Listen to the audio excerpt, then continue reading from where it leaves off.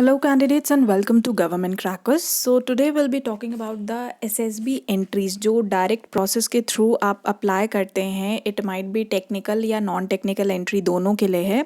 तो इम्पॉर्टेंट ये होता है आपका SSB प्रोसेस के बारे में जानने के लिए. SSB डे 1 के मैं उसमें भी बोलूँगी इम्पॉर्टेंस को समझने के लिए, which can actually increase your chance to get recommended. अगर आप स्क्रीन इन होते हैं तो आपके काफ़ी हद तक चांसेस बढ़ जाते हैं रेकमेंड होने के लिए. तो इसी के बारे में हम डिटेल बात करेंगे कि क्या आपकी एंट्री का इफ़ेक्ट होता है, किस तरह से आपको स्टोरी बनाना चाहिए, क्या साइकोलॉजिस्ट की जो है वो परसेप्शन किस लेवल तक होती है, आपको किस लेवल तक सीख करना होता है, क्या मिस्टेक्स आप लोग करते हैं, एंड एक ओवरऑल पूरा का पूरा complete process in brief detail हम बात करेंगे. क्योंकि बहुत सारे कैंडिडेट्स हैं उन्हें अभी तक प्रोसेस ही ठीक से नहीं पता है. ठीक है, तो एक पूरा का पूरा कंप्लीट ओवरव्यू आप समझ सकते हैं जो हम देने जा रही हूँ यहाँ पे आज. तो जिन लोगों ने भी चैनल को सब्सक्राइब नहीं करा है वो यूट्यूब पे चैनल को सब्सक्राइब कर सकते हैं. साथ ही मैं बता दूँ कि गवर्नमेंट क्रैकर्स वेबसाइट यानी www.governmentcrackers.com पे एक्सक्लूसिव ऑफर 2021 के कोर्सेस के लिए, कोई भी डिफेंस कोर्स हो, चाहे वो आपका रिटन एग्जामिनेशन हो या SSB मटेरियल हो, आपको 1000 के अंदर सारे कोर्सेज अवेलेबल मिलेंगे. किसी भी एग्ज़ाम को आपको देना हो, स्पेशली डिफेंस एग्ज़ाम, तो ये आपको मटेरियल अवेलेबल मिलेंगे विथ फ्री एड्स ऑन. क्या क्या चीज़ें फ्री आपको मिलेंगी? फ्री आपको डेली न्यूज़पेपर फ्री मिलेगा. उसके अलावा आपको मंथली मैगजीन्स मिलेंगी. वो कैब बहुत ज़्यादा इंपॉर्टेंट होती है किसी भी एग्जामिनेशन के लिए, चाहे आप इंटरव्यू के लिए प्रिपेयर करें चाहे रिटन एग्जामिनेशन के लिए. तो 10 वर्ड्स डेली वो कैब के आपको मिलेंगे. इसके अलावा आपको करंट अफेयर्स डेली मिलेगी, English and Hindi both languages. तो ये एड्स ऑन है. आप कोई भी डिफेंस का कोर्स लेंगे आपको ये मटेरियल फ्री ऑफ कॉस्ट मिलेगा. ठीक है, अब आ जाते हैं SSB प्रोसेस के बारे में. तो चाहे मैं SSB की बात करूं, चाहे आप AFSB या NSB आप कुछ भी देने जा रहे हो, SSB is for army, AFSB is for air force and NSB is for navy. तो आप किसी को भी देने जा रहे हों, आपको 2 स्टेजेस के थ्रू गुजरना होता है. एक होता है आपका स्टेज 1, एक होता है स्टेज 2. स्टेज 1 कहलाता है आपका डे 1 यानी जब आप रिपोर्ट करते हैं और जो पहला आपका OIR test and PPDT exam होते हैं, ये होता है स्टेज 1.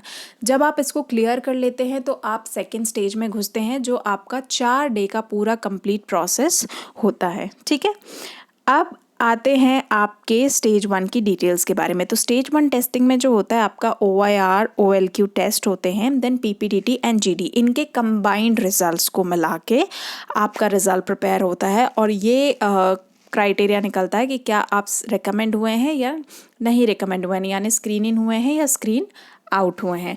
तो यही मोस्ट इम्पॉर्टेंट स्टेज होता है, क्योंकि आउट ऑफ 100 अगर मैं एग्जाम्पल दूँ तो 75% ऑफ पॉपुलेशन यहाँ से घर वापस चले जाती है, 25% बचती है.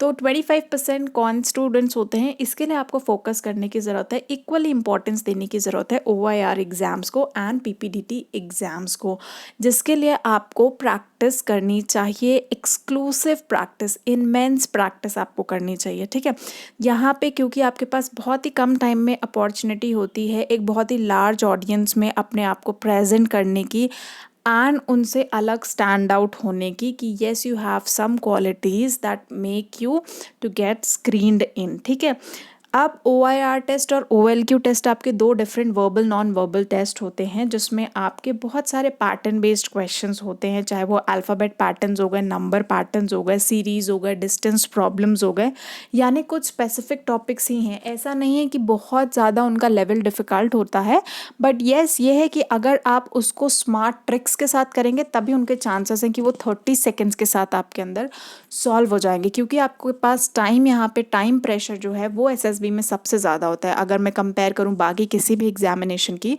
तो SSB में जो एक सबसे डिफ़िकल्ट चीज़ होती है वो होती है आपकी टाइम मैनेजमेंट. अगर आपने टाइम मैनेज कर लिया तो पूरा का पूरा SSB प्रोसेस आपके लिए बहुत ईजी बनने वाला है. ठीक है, PPDT की अगर मैं बात करूं तो PPDT में आपको कहा जाता है कि आपको 30 सेकेंड्स तक एक ब्लर पिक्चर दिखेगी, आपको उस पर एक स्टोरी इमेजिन करनी है और उसके बाद आपको 4.5 मिनट्स में आपको वो स्टोरी कंप्लीट करनी है. ना अगेन यहाँ इंपॉर्टेंट ये होता है कि आपके थॉट्स कितने क्रिएटिव आते हैं. ठीक है, क्योंकि मैंने जैसे बोला कि आपके आसपास आपके फ्रेंड्स भी होते हैं. अगर आपका लेवल ऑफ स्टोरी और उनके लेवल ऑफ स्टोरी और परसेप्शन एक लेवल पे जाके गिरते हैं तो you will not be screened in, यानी you have to something think out of the box, जिसके लिए वो तभी पॉसिबल है जब आप उसकी प्रैक्टिस करते हैं, आप उस डायरेक्शन में चीज़ें ऑब्जर्व करना शुरू करते हैं, आप प्रैक्टिस करना शुरू कर सकते हैं। तो ये चीज़ें आपके घर से स्टार्ट होंगी। घर पे भी आप कोई सिचुएशन इमेजिन कर सकते हैं, किसी भी चीज़ को देख के कोई थॉट प्रोसेस आप स्टार्ट कर सकते हैं। या मैं आपको सजेशन दूंगी कि आप ब्लैंक शीट ऑफ पेपर ले लीजिए, उसके बाद आप उस पर अपने थीम्स डिस्कस करते जाइए कि फायर को देख के आपको क्या क्या पॉसिबल स्टोरीज बन सकती हैं, वाटर को देख के क्या पॉसिबल स्टोरीज हो सकती हैं, स्काई के लिए, लैंड के लिए, टेररिस्ट के लिए। तो कुछ ऐसे जो कॉमन सिचुएशंस हैं, कुछ कॉमन थीम्स हैं, कैटेगरीज हैं, उनसे रिलेटेड आपके दिमाग में क्या क्या पॉसिबल थॉट्स आते हैं, आप उनको पेन डाउन कर सकते हैं एंड उससे रिलेटेड आप स्टोरी बनाना शुरू कर सकते हैं। तो स्टार्टिंग में आपका इस तरह से कुछ अप्रोच होना चाहिए। उसी तरह यहाँ पे इंस्ट्रक्शंस जैसे मैंने बता दें, ये पूरी इस तरह की कि आपकी शीट होगी और उस पर आपको अपने हीरो को सर्कल करना होगा और नारेशन के टाइम पे एम्फसाइज करके बताना होगा कि आपका हीरो कौन है और उसी ने सारा काम किया।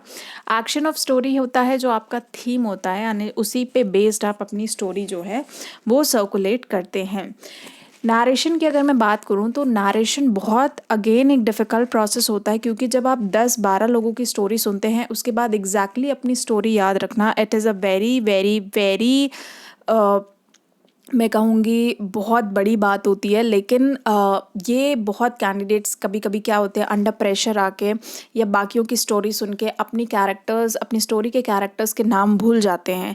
तो इस केस में भी आपको ये करना है कि आपको अपने स्टोरी को रिवाइज करना है। There are certain tricks and tips जो मैं आगे एग्जामिनेशन में आगे और सेशंस में आपको बताऊंगी। फिलहाल यहाँ ओवरऑल मैं कह रही हूँ। तो इंडिविजुअल नरेशन के लिए आप एटलीस्ट अपनी स्टोरी जो है नरेट करना घर में स्टार्ट कर सकते हैं, ठीक है।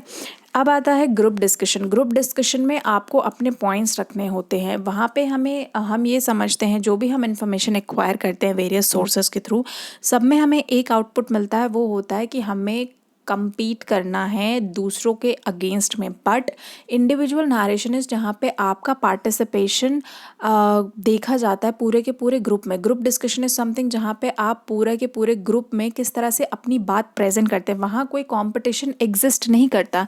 It is just that how you keep your points in a mass of people, जहाँ पे कोई भी आपकी बात नहीं सुन रहा है, ठीक है। तो ये एक प्रैक्टिस है, ये एक एक्सरसाइज है which I think you should all start, जिनके भी डायरेक्ट एंट्रीज आए, चाहे वो टेक्निकल के लें चाहे नॉन टेक्निकल के लें।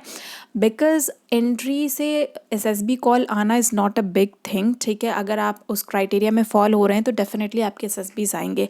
बट होता क्या है कि एसएसबी कॉल आने के बाद we all get confidence, over confidence, और जो हमें जो हमारी गोल्डन अपॉर्चुनिटी होती है, फर्स्ट चांस हो गया या सेकेंड चांस हो गया, ठीक है, बहुत मायने रखते हैं ये सारे अटैम्प्ट्स एसएसबी में जितनी भी बार जाते हैं। और अगर आपका परफॉर्मेंस जो है वो डाउनग्रेड जाता है तो काफ़ी ज़्यादा आपको मेहनत करनी पड़ती है। तो उस मेहनत के अलावा अगर आपके पास ये पॉसिबल है कि आपके पास फर्स्ट अपॉर्चुनिटी है या सेकंड अपॉर्चुनिटी है, तो आप अपने ग्राफ को उसी डायरेक्शन में रेस्ड रखें, नेगेटिव ना आने दें, पॉजिटिवली ही उसको रेस्ड रखें, ठीक है। तो पीपीडीटी जब आपका हो जाता है उसके बाद ओआईआर और ओएलक्यू के कंबाइंड जो रिजल्ट्स हैं वो आपका अनाउंस होते हैं और उसके बाद आप जो है स्क्रीन आउट हो जाते हैं। तो जो कैंडिडेट स्क्रीन आउट हो जाते हैं वो इमीडिएटली अपने घर वापस आएंगे, और जो स्क्रीन इन हो जाते हैं वो वहाँ पे सेंटर में 4 दिन स्टे करते हैं, ठीक है।